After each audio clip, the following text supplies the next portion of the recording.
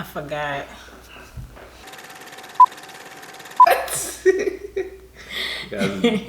Spit on your chin. That's because you got them juicy lips. Somebody help! Somebody! He needs some milk!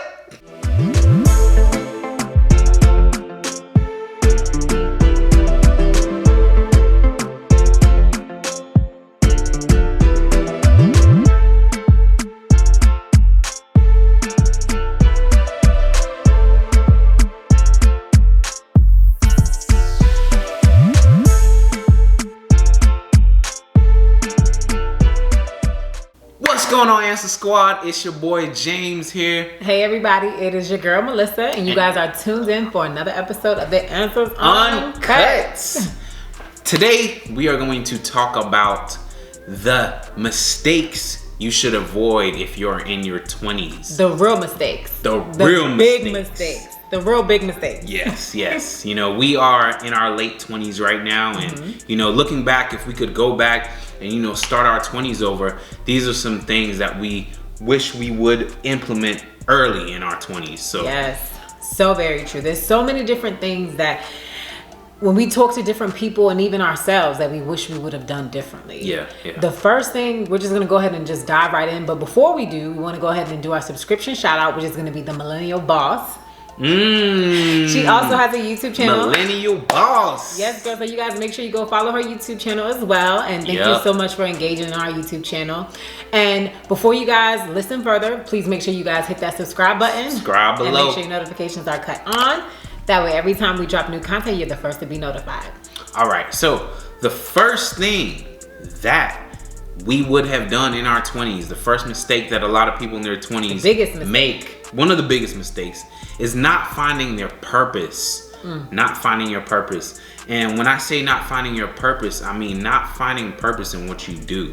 Yeah. All too often you get people that kind of go through the motions in life, and that's leads to a dead end. You want to have, something enjoyable to wake up to every day. And in your 20s, we all tend to think we have like 30 years or 50 years to figure out what we want to do. And it's like, nah, sometimes, 5 years rolls around, like we're almost pushing 30, yo. So, all right, relax. Yeah.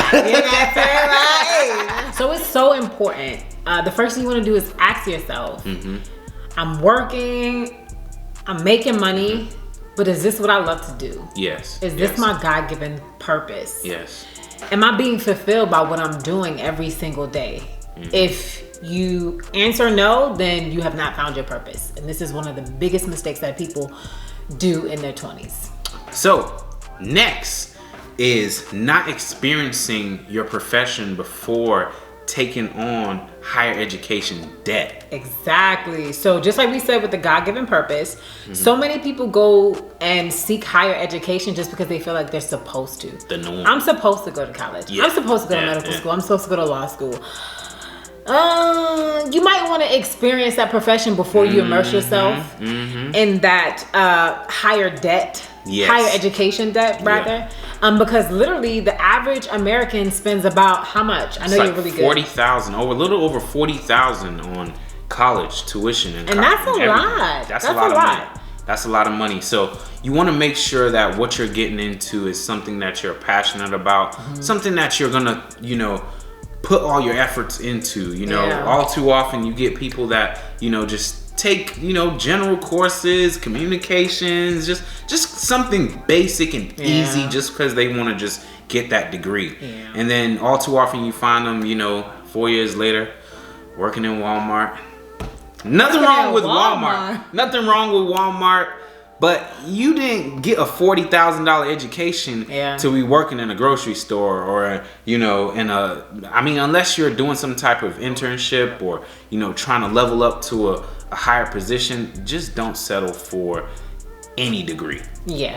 I think I wouldn't have said it better myself. Yeah. And that leads to my next thing is make sure you guys experience that profession before you invest. Experience it. In that higher education. Yeah. Do an internship. I don't know what the definition of an externship is. I don't know why people even do that. Yeah. Because by that time it's already late. Yeah. You're already Yeah. $100,000 in debt. And now you're experiencing the real world in that profession. Do it first. As soon as you get out of high school, get your feet wet. Yeah. If you want to be a doctor, intern at a medical office, intern at the hospital, you know, and really immerse yourself in that profession to see if it's really what you want to do. That is 100% true. So the third thing we have is not being afraid to fail. Not being afraid to fear of failure. Have you failed, baby? We have all failed. I failed plenty of times. And honestly, failure is just a lesson on a way to not do something. It's a requirement. It's a requirement. To success. To success. That's how we see it. This is just our perspective. Yeah. And in your 20s, you have time. You have time to fail, figure out what the right way to do something is, and then recoup. But if you're in your 60s and you don't have as much time, you don't have as much willpower to bounce back. Yes. You're in your 20s, you're young. We love talking to older people. Yeah. A lot of our friends, a lot of our associates are old heads. And we often ask them, like, what is the thing that you regret the most when you were our age or when you were younger? One of the number one things that they regret is not trying something. Not taking chances. And what they do is they allow the fear to stop them from failing. Yeah. But ultimately, it hinders them from experiencing something that could have been their God-given purpose. That is like a regret that you can't get that time back. So, go out there and fail, y'all. Just go out there and fail. Go out there and fail. Because you know what? You never know what you may love until you try it. Yes. So that leads into our next thing, which is not setting financial goals. Yes. Not setting financial goals, y'all. You got to have a goal. You got to know where you're going. In your 20s, that's kind of like the years where you're just trying to figure out life, and you end up just spending money and not really knowing a direction of how much money do I want to make this year. You get what I'm saying? You just take what you're given, and no, you got to have a goal, because at the end of the day, if you are able to achieve that goal, then you can just set higher goals and just keep leveling up. Absolutely. One of my favorite things that people fail to do in their 20s or do in their 20s, which they shouldn't, is failing to act their wage. Acting your wage. Failing to act your wage. Not your age, but your wage. So if you a dollar menu chick. Yup. You should not be eating at Ruth Chris once a week. No, you should not. And if you want to eat at Ruth Chris each week, then just increase your bank. Yes. Increase your income. Increase your income so you can afford the finer things. Don't try to overspend. Don't try to keep up with the Joneses. Yeah. Because that will get you, hurting. That will get you in a position where you're in debt. You're, trying to, you're still trying to figure out life. Yeah, robbing Peter to pay Paul. Don't start off in debt. For sure. And if you're curious on ways to increase your income, make sure you check out our last video. Yeah. We did record a video in terms of how to increase your income. Increase your income through, several different avenues, side hustles, certain side hustles that can pay you extra amounts of money. So that leads into our next topic, which is not creating multiple streams of income. Yes. So the average millionaire has 7 sources of income. The average person has 1 source of income. And do you want to be average? Nope. But do you want to be a millionaire? I want to be more than a millionaire. So at the end of the day, I want to make sure I secure several sources of income, because if one income dries up, I still have the other to fall back on. So in your 20s, what we neglect to do is we just work a 9-to-5 job and, just try to climb the corporate ladder. No, you're young. Do different things. Dabble in different things. Whether it's stocks, whether it's real estate, whatever it is, a business, do it all. Try to get that income. Another thing that people fail to do in their 20s is investing towards their future. So So just like James said, it's really important to try to secure different streams of income, but also invest in your future, whether it's a 401k or whether it's a 403b, but make sure you're saving money in order to secure your future. And that's when you get old and you get retired, and who knows, you could even set the goal of retiring early. The next thing is buying a house you cannot afford. You got to live within your means, people. This kind of goes back to it. Let me sip my tea. Just go ahead and sip your tea, because, the last thing you want to do is have a repossession on your credit. Or foreclosure. Yeah. Well, yeah, foreclosure, because you can't repossess a house, right? Yeah. They're like, give me that house. They put it on the tow truck. Unless you like a mobile home or something. But oh my God, does a mobile home get repossessed, or does it get... Yeah, that's a good question. Does it get repoed or does it get foreclosed on? That's a good question. Hey, if you know that, put it in the comments. Put it in the comments. Does a modular home get repossessed? Or does it get foreclosed on? So we're not sure. Either way, make sure you can afford your monthly payment or mortgage each month comfortably and still be able to, have money to save and have money for the expenses, because owning a house is expensive, y'all. It is. But it doesn't have to be. It doesn't have to be. Our rule of thumb for us as a couple is we make sure that we can pay all of the bills, including the mortgage, car notes, and everything off of one income. That's right. That way, in case if we were to lose a job, despite our other streams of income, we will be A-okay. That's true. And, ultimately, you can also check out one of our videos on how we got a 1.75 interest rate on this brand new beautiful house, and we're able to lower our monthly payments. That way we didn't have to worry about, is our monthly payment, taking over one of our paychecks. Nah, our interest rate was low enough to where we were able to afford more house at a lower monthly payment. Another thing that James was probably meaning to say with the repo was, don't buy a car you cannot afford, and especially do not buy a brand new car. Brand new cars. No. Everybody trying to leave the military, get them brand new charges. Then they go into civilian life, they be riding in the Honda. You're right. There's nothing wrong with a Honda now. No, I drive a Honda. But at the end of the day, brand new cars are one of the worst liabilities you could ever purchase. And I made that mistake. Yeah. I brought a brand new Honda. And at the end of the day, the moment you drive it off the lot, it's losing at least 25% of its value. Yeah. When you could easily buy a used car, 10,000, 15,000, 20,000 miles on it, and it'll probably run just as fine. Yeah. And you will probably pay a whole lot less. A fraction of the cost. Fraction of the cost. I can't even believe how much I'm paying for my Honda. I feel like I could be driving in like a Maserati. Yeah, you could. Because but you did get a good interest rate. Yes. I got a 1.9 interest rate on my car. So that's phenomenal. That's because she got that good credit, y'all. So yeah, your boy picked the good one.